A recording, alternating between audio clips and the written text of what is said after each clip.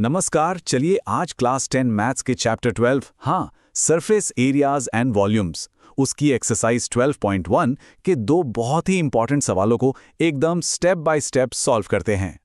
देखिए, मकसद बस इतना सा है कि ज्योमेट्री की इन प्रॉब्लम्स को सॉल्व करने का एक बिल्कुल साफ और आसान तरीका सीख लिया जाए। इससे क्या होगा? कॉन्फिडेंस अपने आप बढ़ जाएगा। तो सवाल यही आता है कि ये जो मुश्किल सी दिखने वाली 3D शेप्स हैं, इनको आखिर सॉल्व करें तो करें कैसे? कोई टेंशन की बात नहीं है। चलिए इस मेथड को स्टेप बाय स्टेप पकड़ते हैं और इस पर अपनी मास्टरी करते हैं। ठीक है, तो शुरू करते हैं। सबसे पहले लेंगे क्वेश्चन 1, जिसमें दो क्यूब्स को मिलाकर एक क्यूबॉइड यानी घनाभ बनाया गया है। सवाल हमारे सामने है, दो क्यूब्स हैं और दोनों का वॉल्यूम है 64 सेंटीमीटर क्यूब। अब इनको एंड टू एंड मतलब सिरे से सिरा मिलाकर जोड़ दिया, तो जो नया क्यूबॉइड बना उसका सरफेस एरिया निकालना है। देखिए, कोई भी सवाल सॉल्व करने का सबसे पहला और सबसे जरूरी स्टेप क्या है कि जो भी दिया गया है और जो भी फॉर्मूले लगने वाले हैं उन सबको एक जगह लिख लो। तो हमारे पास क्या क्या है?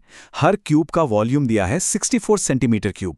क्यूब के वॉल्यूम का फॉर्मूला हमें पता है ए क्यूब, और क्यूबॉइड के टोटल सरफेस एरिया का फॉर्मूला भी पता है 2LB + BH + HL। सारे हथियार तैयार हैं। तो अब जब सारी तैयारी हो चुकी है तो चलिए कैलकुलेशन शुरू करते हैं और इसका सॉल्यूशन निकालते हैं।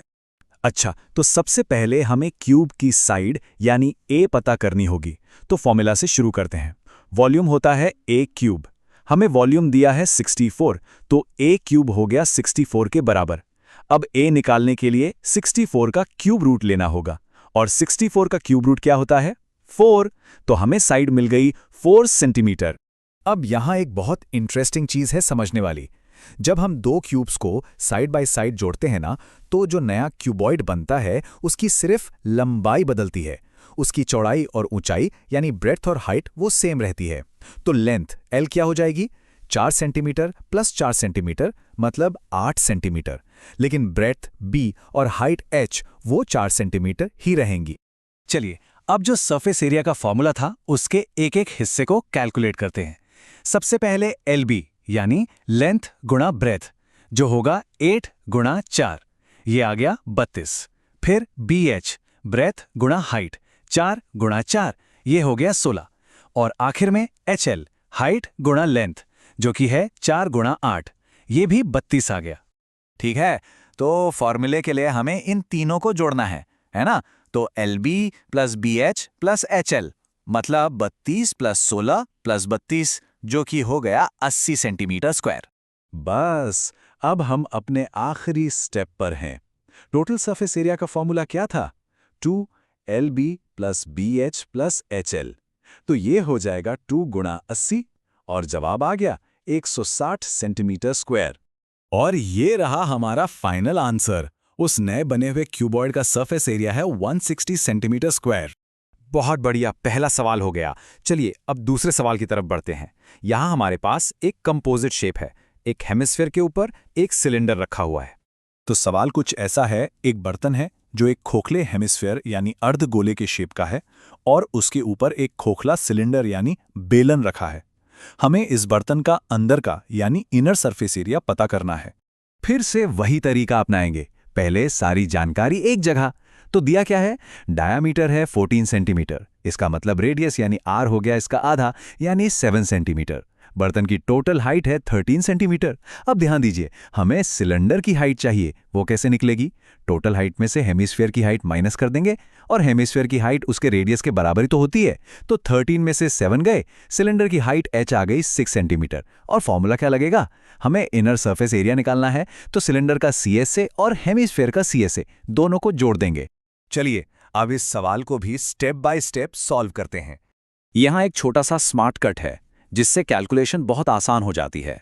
फॉर्मूला है 2πRH + 2πR²। इसमें से 2πR कॉमन ले सकते हैं, है ना? तो फॉर्मूला बन जाएगा 2πRH + R। इससे कैलकुलेशन में गलती होने के चांस बहुत कम हो जाते हैं। तो अब इस सिंप्लीफाइड फॉर्मूले में सारी वैल्यूज डाल देते हैं। ये हो जाएगा 2 गुणा 22/7 गुणा 7 गुणा ब्रैकेट में 6 + 7। चलो इसको स्टेप बाय स्टेप सॉल्व करते हैं। सबसे पहले ब्रैकेट सॉल्व करेंगे। 6 + 7 हो गया 13। तो अब हमारे पास है 2 गुणा 22/7 गुणा 7 गुणा 13। अब देखिए यहाँ कैलकुलेशन कितनी आसान हो गई। ये जो 7 नीचे है और जो 7 ऊपर है, ये एक दूसरे को कैंसिल कर देंगे। तो क्या बचा? बस 2 गुणा 22 गुणा 13, और इसको मल्टीप्लाई करने पर हमें मिलता है 572।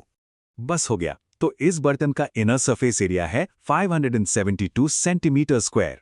तो इन 2 सवालों को सॉल्व करने के बाद हमने एक ऐसा तरीका सीखा है जिसे बार बार इस्तेमाल किया जा सकता है। चलिए इस प्रॉब्लम सॉल्विंग टूल किट को एक बार फिर से देख लेते हैं।